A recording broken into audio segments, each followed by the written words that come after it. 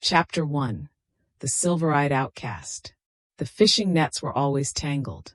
Kira's fingers, raw from the cold morning air, worked through the knots with methodical patience. Around her, the riverside pack buzzed with early morning activity. Wolves preparing for the hunt, pups wrestling near the communal fire, elders sharing tea and gossip. No one looked at her. She'd grown accustomed to being invisible. It was better than the alternative, being seen and mocked. Still struggling with those knots, ghost girl? The voice belonged to Senna, a she-wolf with copper-red fur and a tongue sharp enough to draw blood. Senna's pack of followers giggled behind her, their eyes glinting with cruel amusement. Kira kept her gaze down. Just finishing up. Maybe if your mind wasn't so empty, your hands would remember how to work, Senna continued, circling closer. Then again, when you can't even remember your own mother's face, I suppose we can't expect much. The words hit their mark. They always did. Kira had no memories before 5 years ago. She'd been found wandering the northern forests, soaked in rain, her eyes vacant. The pack healer said it was trauma, her mind protecting itself from something terrible. But protection felt more like imprisonment. She didn't know where she came from. She didn't know who she'd been. The pack took her in out of obligation, not kindness. At least I contribute, Senna added, her voice dripping with false sweetness. Unlike some who just exist. Kira's jaw tightened, but she said nothing. Words were weapons she'd never learned to wield. Senna laughed and walked away, her entourage following like shadows. The afternoon sun was weak, struggling through heavy clouds, when Elder Marin found her. Marin's face, usually kind and weathered like old leather, was drawn tight with worry. The elder never looked worried unless something was deeply wrong. Kira, Marin said, her voice unusually flat. Alpha Donovan wants to see you. Now. Kira's heart stuttered. Why? What did I? Just come. The Alpha's dwelling smelled of wood smoke and authority. Alpha Donovan sat on his carved throne of river stone, his eyes like chips of ice. Beside him stood his second, Marcus, a hulking wolf whose presence seemed to swallow light. Kira stood before them, feeling smaller than ever. Kira, Donovan began, his voice a low rumble. Our pack faces a crisis. An ancient obligation has come due. Kira's breath caught. She waited. Marcus stepped forward. 40 years ago, when raiders from the southern territories threatened to destroy us, we made a pact with the Frost King of the northern wastes. He protected our borders. In return, we promised him a bride when he called for one. The words didn't make sense at first. Then they did.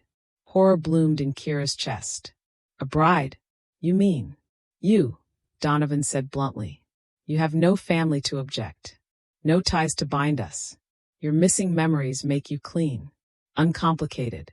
The Frost King, Marcus continued, his tone matter-of-fact, has been alone in his fortress for decades. They say he's more beast than man now. His castle is a frozen graveyard. But a debt is a debt. Kira felt the world tilt. You're sending me to die. We're honoring our word, Donovan corrected coldly. What happens after is between you and him. The pack hall murmured with whispers, excitement, relief, indifference. She was expendable. Forgettable. You leave at dawn, Donovan said. Pack light. That night, Kira couldn't sleep. She sat by the dying embers of her small fire, clutching the only possession she valued. A smooth river stone she'd found years ago. It felt warm in her palm, comforting. Tomorrow, she would leave the only home she remembered. Tomorrow, she would face the Frost King. And somewhere deep in her chest, beneath the fear, something whispered that this wasn't the first time she'd heard his name. Chapter 2. The Journey to the Frozen Fortress. Dawn came too quickly. 2 warriors waited outside Kira's small shelter. Wolves she barely knew, their faces hidden beneath heavy hoods lined with fur. They weren't from her inner circle. She had no inner circle. They were Donovan's men, loyal only to the Alpha's commands. A worn leather satchel was thrust into her hands. Inside, a threadbare cloak, some dried meat, and a small water skin. This was all she was worth to them. No farewell. No blessings. Just cold efficiency. The journey began in silence. They traveled north, leaving behind the familiar river valleys and dense forests. The landscape transformed gradually. Trees became sparse, then twisted, then disappeared entirely. Snow appeared in patches, then blankets, then mountains of it stretching endlessly. The wind was vicious. It clawed at Kira's face, turning her cheeks numb. Each step crunched through ice-crusted snow, the sound impossibly loud in the vast emptiness. She tried to remember anything about this place, this direction. But her mind remained frustratingly blank, a locked door with no key. Hours blurred into days. They passed ancient stone ruins, half-buried monuments to something long forgotten.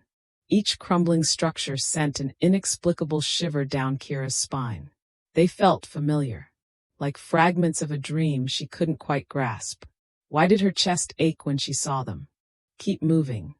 One of the warriors grunted when she slowed near a particularly ornate archway, its surface carved with symbols she almost recognized. Almost, but not quite.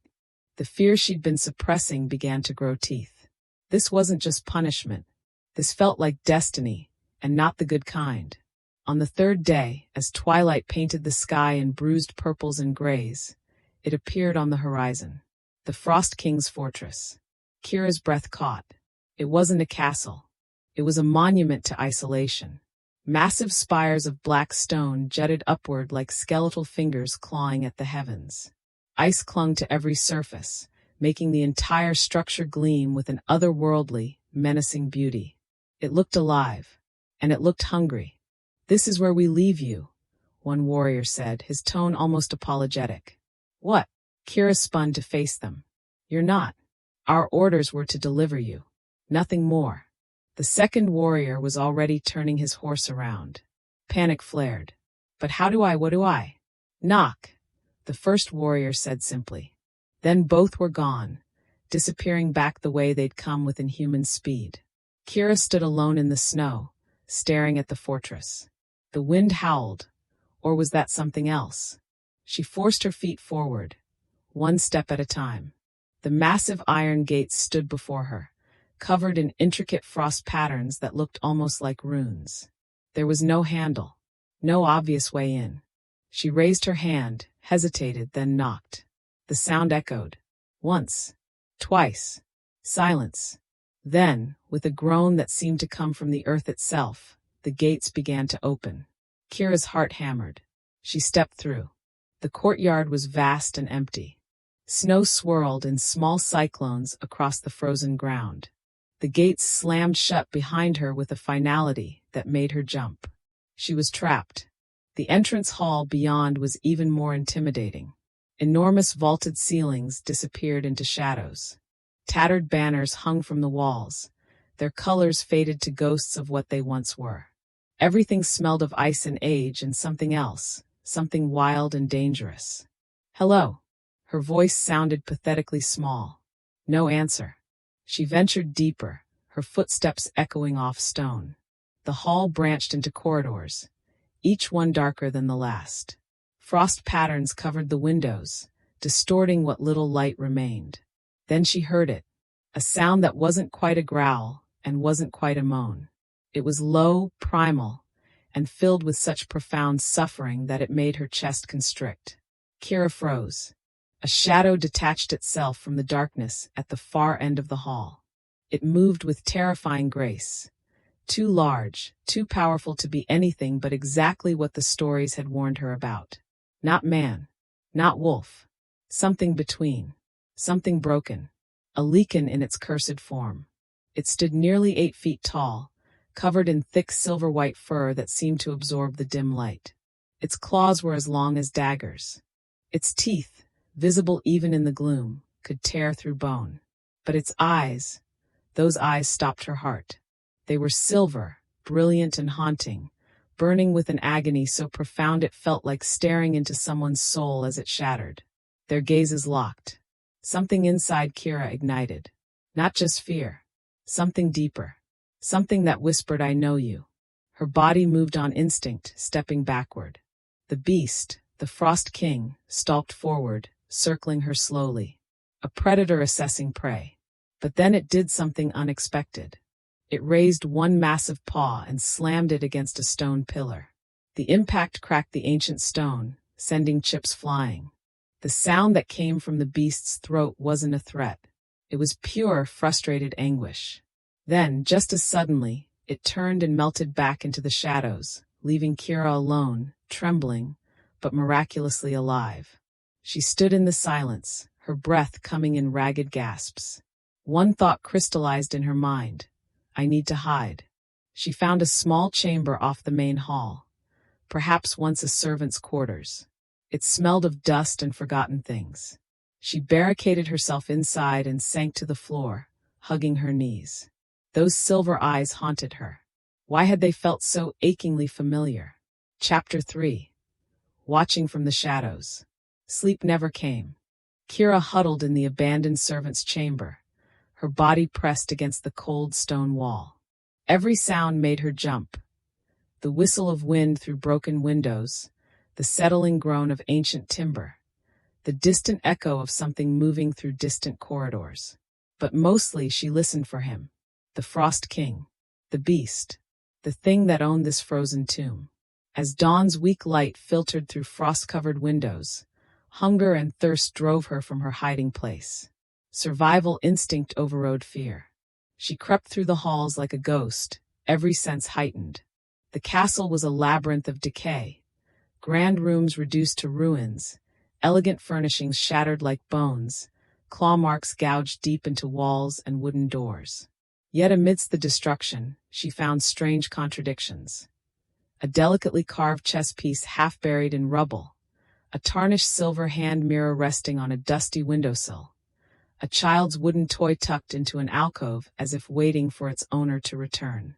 These small, human things felt wrong in a place of such violence. She found the kitchens, or what remained of them.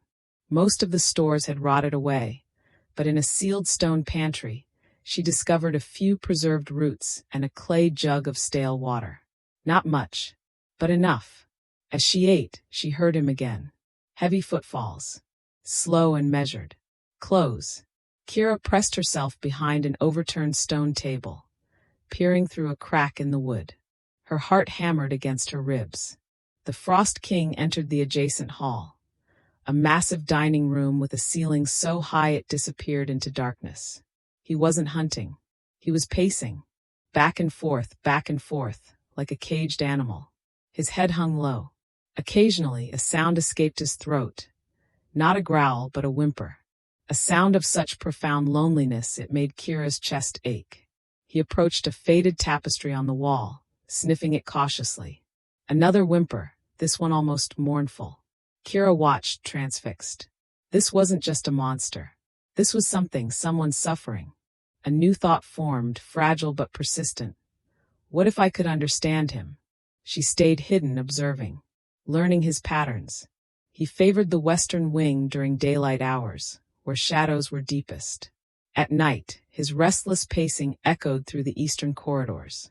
He never seemed to sleep properly, just collapsed in exhausted heaps, his massive body twitching and shuddering. And there was a wound, on his left shoulder, barely visible through the thick fur. It looked infected, the flesh around it dark and swollen. An idea began to form. Dangerous. Possibly insane. What if I helped him? Not out of kindness, she couldn't afford kindness. But strategy. If she could ease his pain, perhaps he'd be less dangerous. Perhaps he'd see her as something other than prey. That evening, she made her decision. From her meager rations, she took a piece of dried meat. She filled a cracked wooden bowl with water from her jug. Then, with every nerve screaming at her to run, she crept to the edge of the dining hall where the beast often rested. He was there, collapsed in a heap near the cold fireplace, his breathing labored. Kira's hands trembled as she placed the meat and water just a few feet from his massive form. She didn't know if he'd accept it. Didn't know if he'd attack her for the gesture. She retreated quickly, hiding behind a pillar, and waited. Hours passed. The light faded. Darkness claimed the hall. Then he stirred. The Frost King raised his massive head, nostrils flaring. He scented the air. His silver eyes, glowing faintly in the darkness, swept the room. He saw the offering. For a long moment he didn't move. Then slowly he approached. He sniffed the meat, the water. His body remained tense, suspicious. Then he ate. When he finished, he did something that made Kira's breath catch. He carefully pushed the empty bowl back with his nose, nudging it forward several inches. A deliberate act. A response. Kira's heart raced. He understands. He's not just a beast. There's someone in there. She continued this ritual. Every day she left food and water. Every day it disappeared. And slowly, gradually, the Frost King's demeanor began to shift. He still didn't approach her directly, but his pacing seemed less frantic. His whimpers less frequent. And Kira began to talk to him. Softly, as if speaking to a skittish animal. She told him about the cold, about the castle's crumbling beauty, about her own loneliness. She even spoke of her missing memories. "I don't remember who I was before," she murmured one afternoon, her voice echoing in the empty hall. "It's like a part of me was stolen. Do you understand that? Having pieces of yourself missing." No response. But she felt like he was listening. One day, while exploring a ruined library, she accidentally knocked over a stack of ancient books. The crash echoed like thunder. Kira froze, terror flooding her veins. Seconds later, a shadow filled the doorway. The Frost King stood there, massive and still, his silver eyes fixed on her. She waited for the attack. But he didn't growl, didn't lunge. He simply watched, his chest heaving with slow, deliberate breaths. Then he made a sound, a low rumble that might have been a sigh, and turned away, disappearing back into the shadows. Kira released the breath she'd been holding. He hadn't hurt her. He'd just observed. Something was changing. That night, she found something near her offering spot. A small wooden carving of a bird, intricately detailed, its feathers rendered with surprising delicacy. It was old, beautiful, clearly precious. Had he left it for her? Kira picked it up, running her fingers over the smooth wood. It was warm, as if it had been held recently. This wasn't just acceptance. This was communication. A gift for a gift. She clutched the wooden bird to her chest, and for the first time since arriving at this frozen fortress, she felt something other than fear. She felt hope. Chapter 4. The Hidden Garden. The wooden bird became Kira's talisman. She kept it tucked in her pocket, running her fingers over its smooth surface whenever fear threatened to overwhelm her. It was proof that the beast, the Frost King, wasn't entirely lost. But proof wasn't enough. She needed understanding. In the library, amidst moldering books and scattered scrolls, she found a faded map of the fortress. Most of it was illegible, but one section caught her eye, a courtyard drawn with careful detail, labeled simply the Heart Garden. She had to find it. 2 days of searching led her through forgotten passages and locked doors until finally, she pushed through a rusted gate hidden behind overgrown vines of ice-covered ivy. The courtyard took her breath away. Despite the perpetual winter, life clung stubbornly here. Hardy evergreens stood sentinel around the perimeter, their branches heavy with snow. Dormant rose bushes, their thorny stems frost-kissed, waited for a spring that might never come. The stone walls surrounding the space seemed to trap warmth, creating a pocket of almost hope in the frozen wasteland. It was beautiful. Abandoned but beautiful. Kira began visiting daily. She cleared debris, pulled dead growth, spoke softly to the sleeping plants. The simple act of tending something alive made her feel less like a prisoner and more like herself, whoever that was.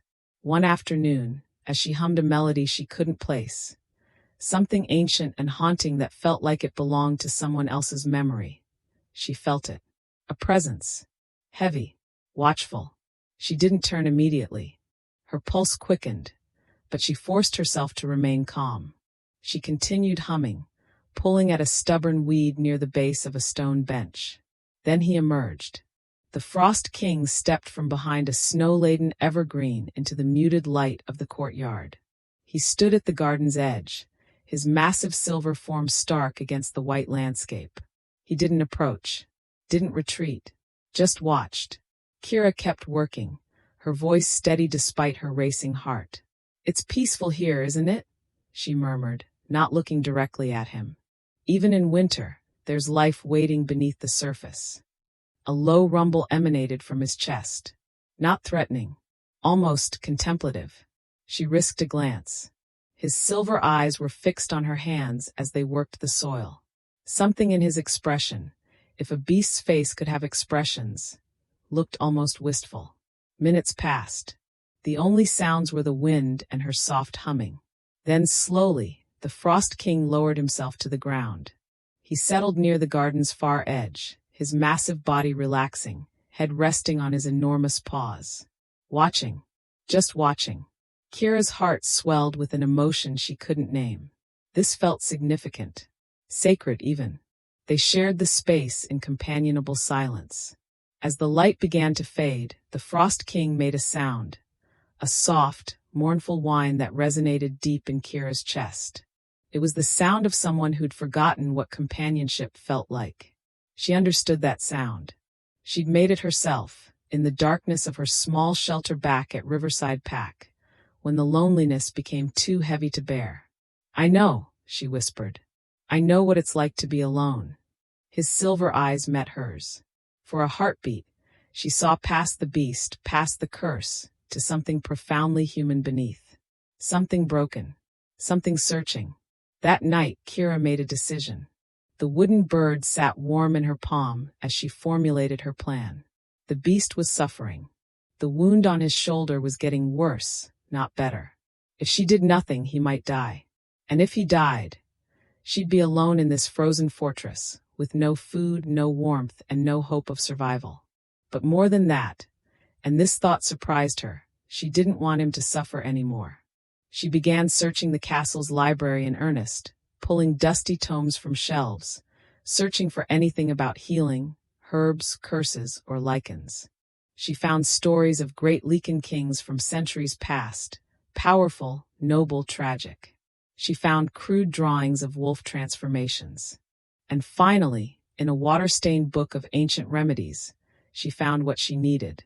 Moon's Grace, a hardy plant with silvery green leaves that grew in winter gardens, promising to soothe deep wounds and calm fevered spirits. She'd seen it. In the heart garden.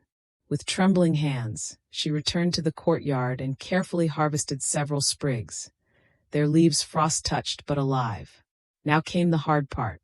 She had to approach him, touch him, apply the remedy to that infected wound. He could kill her. One swipe of those massive claws, and she'd be dead before she hit the ground. But watching him suffer was worse than her fear. She found him in his usual resting place, a dark alcove off the main hall where shadows were deepest. He lay in a collapsed heap, his breathing ragged and labored. The wound on his shoulder looked angry, weeping fluid that matted his silver fur. Kira's stomach churned, but she forced herself forward. She knelt slowly, the crushed Moon's Grace leaves in her palm releasing a sharp, clean scent. "I want to help," she whispered, her voice barely audible. "Please, let me help you." She reached out, fingers trembling, and brushed his matted fur. It was surprisingly warm beneath the grime, coarse but alive with heat. A low growl rumbled through his massive body. A warning, but he didn't pull away. "I know it hurts," Kira murmured, carefully applying the crushed leaves to the wound. "This will help. I promise." The moment the remedy touched his infected flesh, the Frost King's body went rigid. His silver eyes flew open, blazing with sudden agony. Then he threw his head back and screamed. It wasn't a howl. It wasn't a roar. It was a sound of pure human anguish, the cry of someone who'd endured too much pain for too long. And there, in his silver eyes, she saw tears. Actual tears, glistening in the dim light. In that moment, she understood the truth. He wasn't just cursed. He was trapped. A human soul imprisoned in a beast's body, aware of everything, unable to speak, unable to explain, unable to break free. The Frost King collapsed, his massive body trembling, whimpering like a wounded animal. Kira's own eyes burned with tears. She continued applying the remedy, her touch gentle, her voice soft. "I see you," she whispered. "I see you in there. You're not just a beast. You're someone. And I'm going to help you. I swear it." His silver eyes, wet with tears, fixed on her face. And for the first time since her arrival, Kira felt something other than fear or hope. She felt purpose. Chapter 5. Healing and Connection. Over the following days, the moon's grace worked its magic. Kira tended to the Frost King's wound twice daily, carefully applying fresh crushed leaves. Each time, he tensed but didn't pull away. The infection slowly receded, the angry redness fading to healthy pink. New tissue began to form, and his labored breathing eased. More remarkably, his temperament shifted. The frantic pacing stopped. The anguished whimpers grew less frequent. When Kira entered rooms, he no longer retreated into shadows. Instead, he would pause, watching her with those intelligent silver eyes. One afternoon, she found him sleeping in a rare patch of sunlight that pierced through a broken window in the main hall. The light made his silver fur gleam like starlight. Kira approached cautiously, moon's grace in hand. She knelt beside his massive form and gently began cleaning the wound's site, her fingers brushing through the thick fur around his shoulder. His breathing hitched.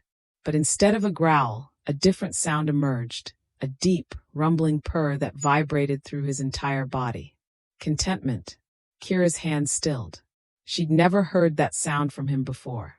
Carefully, she resumed her work, stroking the fur around his ears, tracing the strong lines of his skull. The purring intensified. The Frost King leaned into her touch, his massive body relaxing completely against her side. Heat bloomed in Kira's chest, not fear but something warmer. Something dangerous. Then it happened. A flash of memory, sudden and vivid, exploded behind her eyes. She saw a man's face. Strong jawline. Kind eyes the color of melted silver. Laugh lines crinkling at the corners as he smiled down at her. His lips moved, speaking a name she couldn't quite hear, but she felt its weight, felt its importance. The vision lasted only a heartbeat, but it left her breathless. The Frost King, still purring, nudged her hand with his nose, encouraging her to continue. Kira's fingers trembled as she stroked his head. That face in her vision, those silver eyes had been his. She was certain of it. Before she could process this revelation, a sound shattered the moment. A horn. Loud, brassy, militant. Not the mournful howl of a lonely wolf, but a structured, aggressive blast. Then another. And another. The Frost King's purring stopped instantly. He surged to his feet, a growl building in his throat. Kira scrambled to a narrow window and peered out. Her blood turned to ice. Across the snow-covered plain, figures on horseback approached in organized columns. Dozens of them. Their banners snapped in the wind. A crimson wolf with bared fangs, aggressive and predatory. Not Riverside Pack's symbol. This was different. More brutal. Torvin, she whispered, the name surfacing from some half-remembered conversation at her old pack. The name of an alpha who'd seized power through violence. The one who'd overthrown the previous Frost King, and her thoughts fractured as another memory fragment struck. Overthrown, cursed, banished. Torvin, the usurper. And he was here. The Frost King positioned himself between Kira and the window, his massive body a shield. His silver eyes blazed with a ferocity she hadn't seen since her first night. But this time, it wasn't directed at her. He was protecting her. Torvin, Kira said again, her voice steadier now despite her racing heart. He did this to you, didn't he? The beast's growl intensified. Confirmation. The rhythmic thunder of hooves grew louder. They were coming fast. Kira's mind raced. The castle was enormous, but defenseless. Just her and a cursed Lycan against what looked like an army. But she wasn't the same terrified girl who'd arrived weeks ago. She'd learned the castle's secrets, its hidden passages, forgotten rooms, strategic choke points. And she had something Torvin didn't expect. She had the Frost King's trust. We need to prepare, she said, her voice firm. We need to defend this place. The Frost King's silver eyes met hers. In them, she saw not just understanding, but agreement. And something else. Something that made her breath catch. Recognition. As if he, too, remembered fragments of something they'd once shared. Outside, the war horns blared again, closer now. Kira gripped the wooden bird in her pocket like a lifeline. Together, she whispered. The Frost King's answering growl was almost like a vow. Chapter 6. The Siege Begins. The shouts of Torvin's forces tore through the frigid air like jagged claws.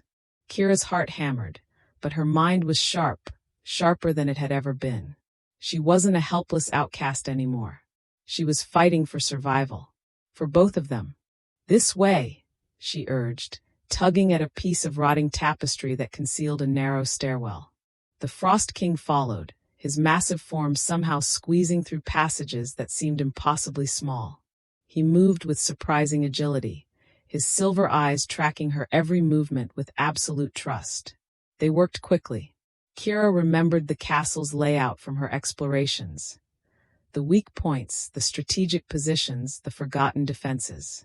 She showed him where ancient portcullises could be dropped, where loose stones in the battlements could be dislodged onto attackers below. The Frost King understood immediately. He used his massive strength to drag fallen statues in front of doorways, to wedge iron gates closed, to fortify their position. Kira felt a surge of exhilaration. They were working together. A team. The Eastern Gate, she said, pointing to a section of her mental map. It's the weakest. They'll breach there first. The Frost King growled in agreement and moved to reinforce it. As they prepared, the sounds of battle grew deafening. The first wave of Torvin's soldiers hit the outer courtyard, a chaos of snarling voices and clashing metal. Kira risked another glance from a high window. There, mounted on a massive gray wolf, sat Torvin himself. Even from this distance, she could see his cold, calculating expression. He surveyed the fortress like a predator sizing up wounded prey. He looked exactly as she somehow knew he would, sharp features, cruel eyes, an aura of ruthless ambition. He wants you back, Kira whispered to the Frost King, who had moved to stand beside her. He wants to finish what he started. The beast's answering growl vibrated through the stone floor, a promise of violence for anyone who dared. Kira placed her hand on his massive shoulder, feeling the coiled power beneath the fur. We're in this together. His silver eyes met hers, and in them she saw something that made her breath catch. Fierce protectiveness, unwavering loyalty, and something deeper. Something that felt almost like love. The first breach came faster than expected. A section of the eastern wall, weakened by decades of neglect, gave way under concentrated assault. Torvin's soldiers poured through, wolves in various stages of shift, their eyes gleaming with bloodlust. Kira and the Frost King had retreated to the main hall, using it as their stronghold. The soldiers came in a snarling wave. Kira moved on instinct, dodging a lunging attacker, using the broken furniture as obstacles. She wasn't a warrior, but she was quick, nimble, driven by desperate need. The Frost King was a storm of silver fury. He moved with devastating efficiency, protecting Kira with every action. When one soldier broke through his defense and lunged toward her with a blade, the beast reacted with blinding speed. He slammed into the attacker like an avalanche, sending the wolf flying backward into a stone pillar with a sickening crack. The Frost King stood over Kira, his body trembling with controlled rage, shielding her completely. His silver eyes blazed, not with wild madness, but with focused, possessive intensity. Mine. The word wasn't spoken, but Kira felt it in every fiber of her being. Time seemed to suspend. The raw power radiating from him, entirely focused on her protection, overwhelmed her senses. The air filled with his scent, winter pine, ancient snow, and something uniquely him. Wild, primal, intoxicating. Kira reached out without thinking. Her hand found the coarse fur of his muzzle, cupping his enormous head. He leaned into her touch immediately, that deep purr rumbling through his chest. A sound of absolute trust, of need. The The space between them burned with unspoken connection. Her breath caught. This wasn't gratitude. This was something raw and consuming, a bond that transcended words, that reached into the deepest parts of her fractured soul and whispered, "Remember." "I know you," she breathed, her fingers stroking his fur. "I don't understand how, but I know you." His silver eyes, inches from hers, glistened with emotion. Hope, longing, recognition. And then, driven by an instinct older than memory, Kira leaned forward. Their lips met. It was clumsy, desperate, tasting of fear and blood, and something far older than either of them could name. Her lips pressed against his muzzle, and for one impossible moment she felt him respond. Felt the beast fall away, felt the man beneath reaching back. The kiss was primal, profound, a ghost of something they'd once shared, blazing back to life. When they pulled apart, both were trembling. The sounds of battle seemed distant, muffled by the thundering of their hearts. But reality crashed back quickly. A voice boomed through the castle, amplified by some dark magic. "Kira, I know you're in there, little wolf." Torvin's voice was smooth, mocking. "Surrender now. That cursed thing can't protect you. He's broken, just like your pathetic mind." The words were designed to wound. They did. But instead of breaking her, they ignited something fierce and defiant. "He's wrong," Kira said, her voice steady despite her racing pulse. She looked into the Frost King's silver eyes. "You're not broken. And neither am I." Outside, Torvin's forces began a more aggressive assault. They knew where she was. They were coming. "Come out, little wolf," Torvin's voice called again, closer now. "Don't you remember your place? Or did that beast eat the last useful thought in your empty head?" Something in those words struck like lightning. Little wolf. Not just a taunt. Something more. Something familiar. Kira's mind spun. Why did that phrase feel so significant? Why did it resonate in the hollow spaces where her memories should be?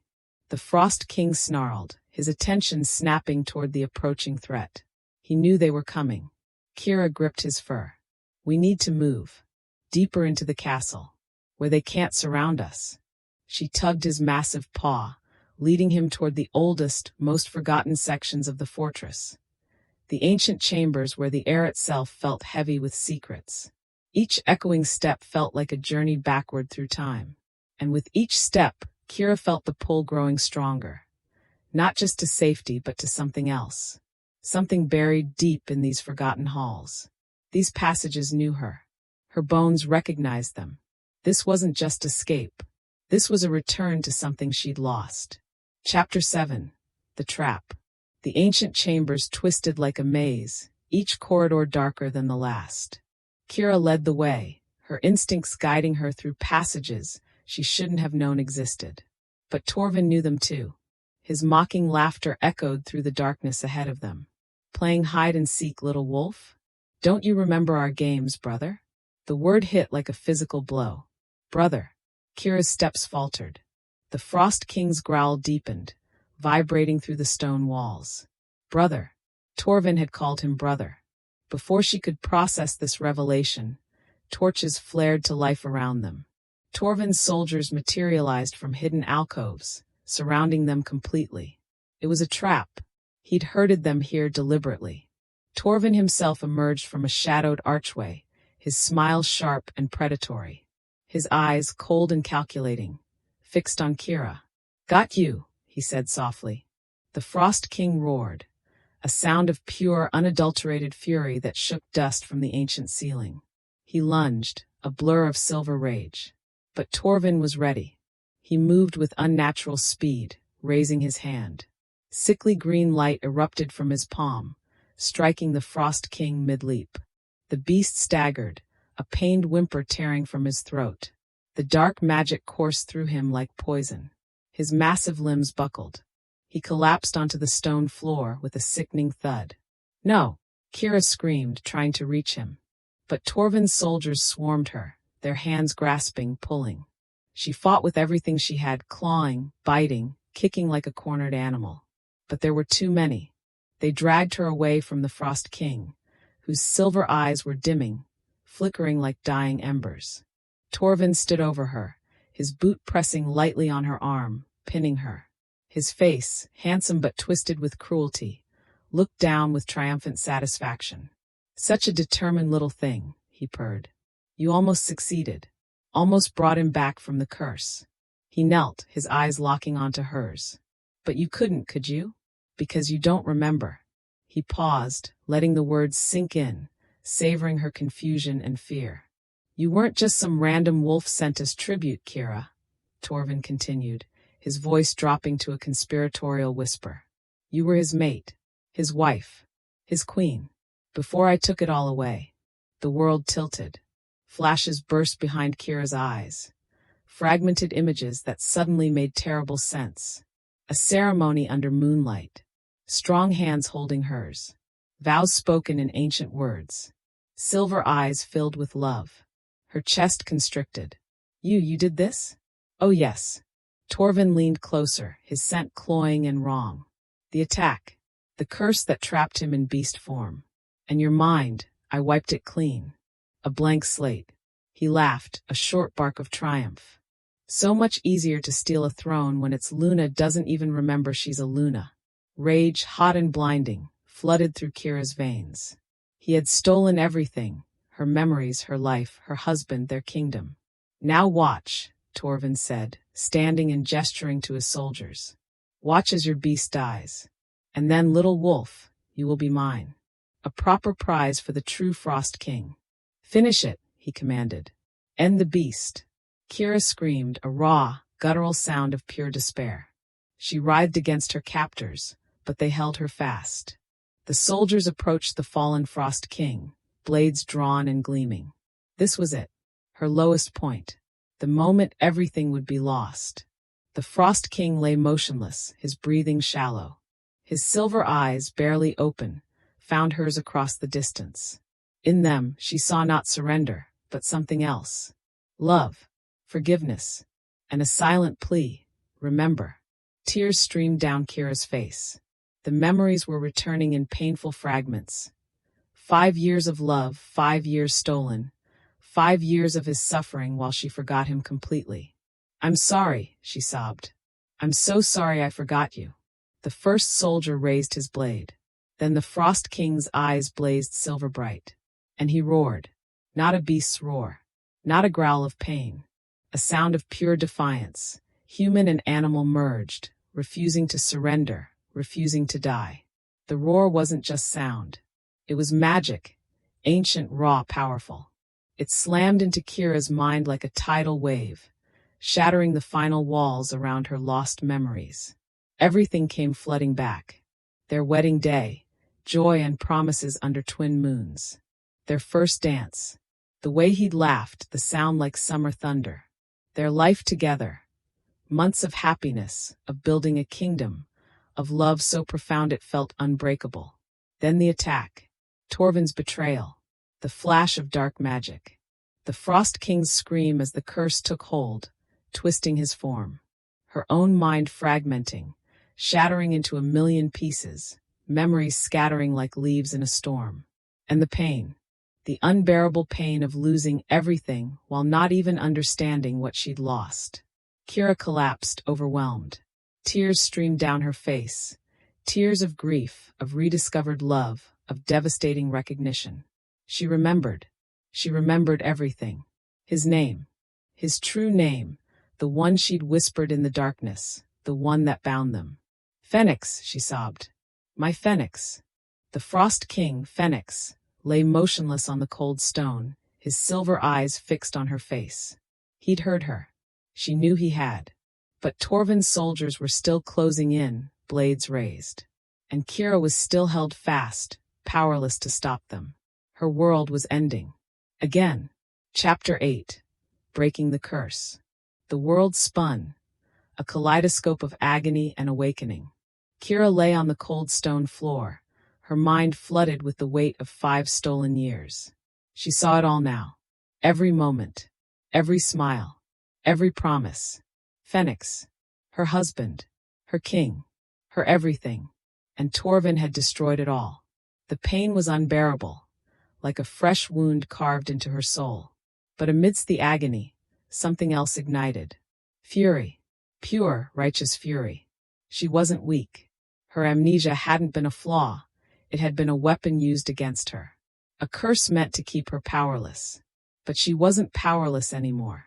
She looked at Phoenix, still in beast form, barely breathing, his silver eyes dimming. Torvin stood over him, preparing to deliver the final blow. "No," Kira said, her voice cutting through the chaos. Not a scream. Not a plea. A command. Torvin paused, turning to look at her with amusement. "What was that, little wolf?" "I said no." Kira's voice grew stronger, resonating with an authority she'd forgotten she possessed. "You will not touch him." She felt it then, a power stirring deep within her. Not physical strength, but something older. Something that had been dormant, waiting for her to remember who she truly was. Luna. Queen. Mate. The bond between them wasn't just emotional. It was magical, woven into the very fabric of their souls. And it was still there, waiting to be awakened. "Phoenix," she called, her voice ringing through the ancient chamber. His true name, the one only she knew, the one that bound them. "My king. My love. Remember me." Torvin's eyes narrowed. "Silence her," he snarled at his soldiers. But Kira ignored them, her gaze locked on Phoenix. She poured every ounce of love, every recovered memory, every fragment of their shared past into her words. "Do you remember the Starfall Meadow?" she cried, tears streaming down her face. "Our vows under the twin moons? You gave me a silver chain and said I was your North Star, the one who would always guide you home." Phoenix's massive body began to convulse. A low, guttural sound, part agony, part hope, ripped from his throat. The curse was fighting back, but so was he. "The wooden bird," Kira continued, her voice breaking. "You carved it yourself. You said it represented my freedom, that even as your mate, I would always have my own sky to fly in." I said silence her. Torvin roared, lunging toward Kira. But his soldiers hesitated. Some of them, the older ones who remembered the true king, looked uncertain. Doubt flickered in their eyes. "You serve a usurper," Kira declared, her voice carrying the weight of her recovered authority. "He stole this throne through betrayal and dark magic. He cursed your true king and erased my memories so no one could challenge him." Her words were strategic, designed to fracture Torvin's hold on his forces. Several wolves stepped back, uncertainty turning to realization. Torvin, enraged, shifted his focus entirely to Kira. "You lying broken." He lunged, claws extended. Kira moved on instinct, using the pillars and rubble to dodge. She wasn't fighting like a warrior. She was fighting like someone who knew this castle intimately, who'd once walked these halls as its rightful queen. She grabbed a rotting tapestry and yanked it down, the heavy fabric billowing into Torvin's path and momentarily blinding him. Those precious seconds gave Phoenix time. His body writhed, convulsing violently. The sound of breaking bones filled the air, but not the sound of death. The sound of transformation. Green and silver light crackled around him as two magics warred. Torvin's curse and the ancient bond between King and Luna. "Fight it, Phoenix," Kira screamed, her voice raw. "Come back to me. Come back to your queen." The air hummed with power. The ground trembled. Torvin recovered, his face twisted with desperate fury. He knew what was happening. He knew he was losing control. "No." He raised both hands, dark magic crackling between his fingers. "I won't let you." But before he could strike, Phoenix roared. Not a beast's roar. Something more. A blinding flash of silver light erupted from his convulsing form, filling the entire chamber. The light was warm, ancient, and so powerful it drove back the shadows, drove back Torvin's soldiers, drove back the darkness itself. Kira shielded her eyes, her heart thundering with desperate hope. When the light faded, the beast was gone. In its place stood a man. Tall, powerful, magnificent. His hair was silver white, falling to his shoulders. His face, strong, angular, beautiful, was etched with the pain of 5 years of torment. But his eyes, those eyes were the same. Silver, brilliant, and now fully aware. Human. Whole. Free. Kira, he rasped, his voice rough from disuse but unmistakably his. Her true name. The secret one only he knew. Tears blurred her vision. Phoenix. He moved with impossible speed, snapping the bonds that held her with his bare hands. Freedom. She fell into his arms, and he caught her, crushing her against his chest. Torvin screamed, a sound of pure, desperate rage. No, you cannot break my curse. I bound you with blood magic. You bound a beast, Phoenix said, his voice cold and commanding. But my Luna called me home. And love is older than any curse you could cast.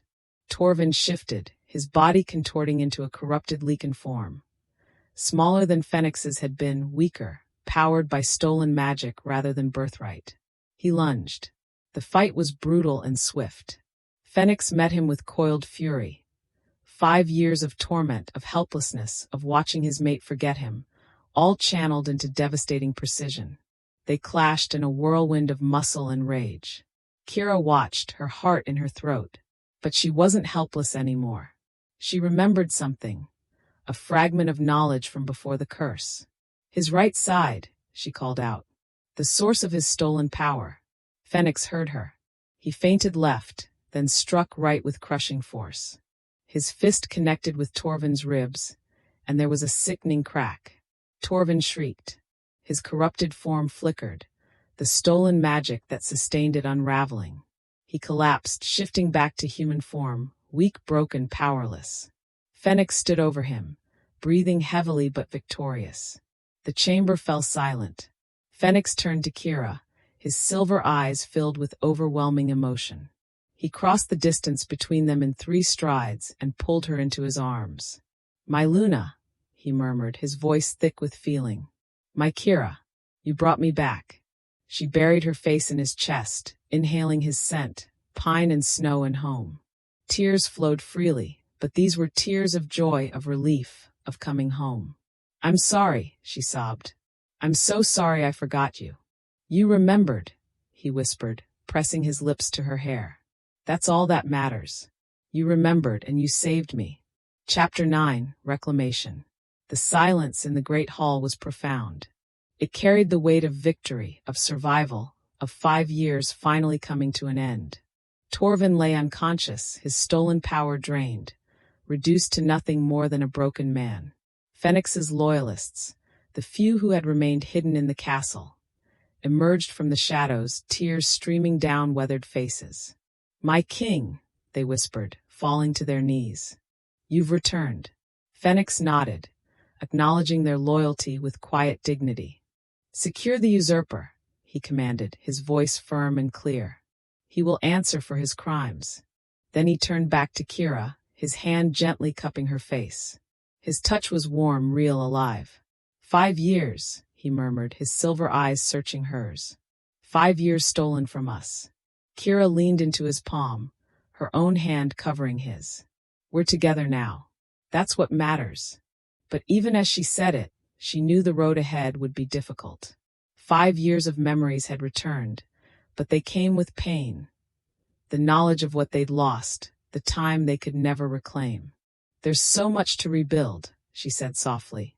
So much to repair. Then we'll rebuild it together, Phoenix replied, pressing his forehead to hers. As we should have done from the beginning. As King and Luna. As partners. In the days that followed, word spread quickly. The true Frost King had returned. The curse was broken. The usurper had fallen. Wolves from distant territories came to witness the miracle.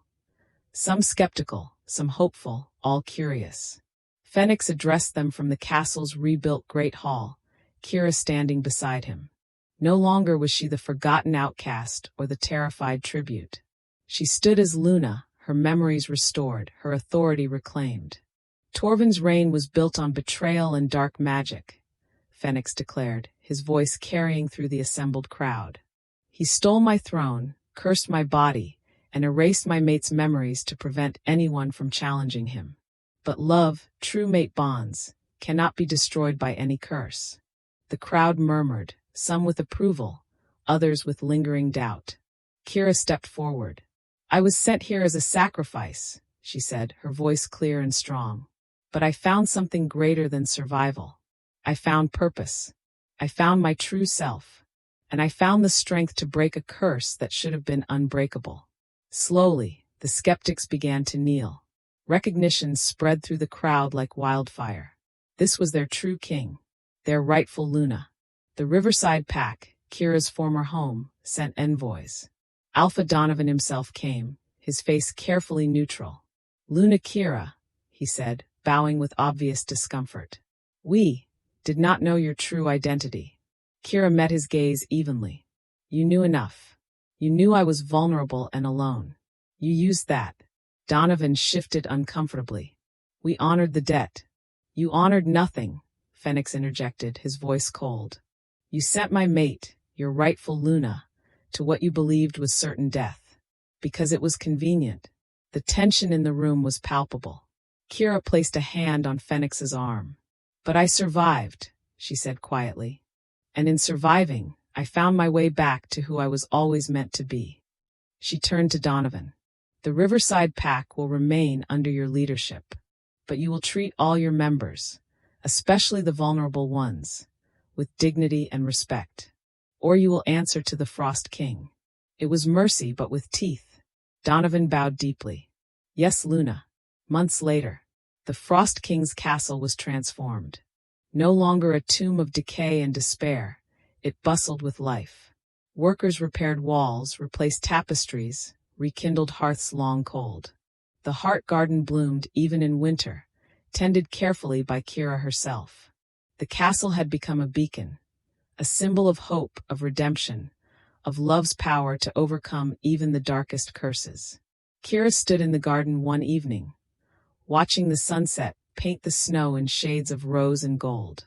Phoenix approached from behind, wrapping his arms around her waist and pulling her close. What are you thinking about? He murmured against her hair. About the girl who arrived here, Kira said softly. Terrified, forgotten, convinced she was worthless. And now I know better. She turned in his arms, meeting his silver eyes. I was never worthless. I was never broken. I was just waiting to remember who I was. Phoenix smiled. That rare, beautiful smile that made her heart skip. My fierce Luna. My North Star. He kissed her then, deep and tender, a promise of all the years they'd reclaimed together. When they pulled apart, Kira rested her head against his chest, listening to the steady rhythm of his heartbeat. We should tell them, she said quietly. Tell who what? The pack. The territories. She looked up at him, her eyes sparkling. About the air. Phoenix's breath caught. His hand moved to her stomach, resting there with reverent gentleness. Are you certain? The healer confirmed it this morning. Joy, pure radiant joy, transformed his face. He lifted her off her feet, spinning her once before setting her down carefully, as if she were made of glass. A child, he whispered, wonder coloring his voice. Our child. Kira laughed, the sound bright and free. The castle will need to be ready. And we'll need to strengthen alliances, ensure stability. We'll do all of that, Phoenix assured her, cupping her face in his hands. Together, as we do everything now. As the stars began to emerge in the darkening sky, they stood together in the garden. King and Luna, mates reunited, their futures stretching before them like an unwritten story. The curse was broken, the usurper defeated, the throne reclaimed.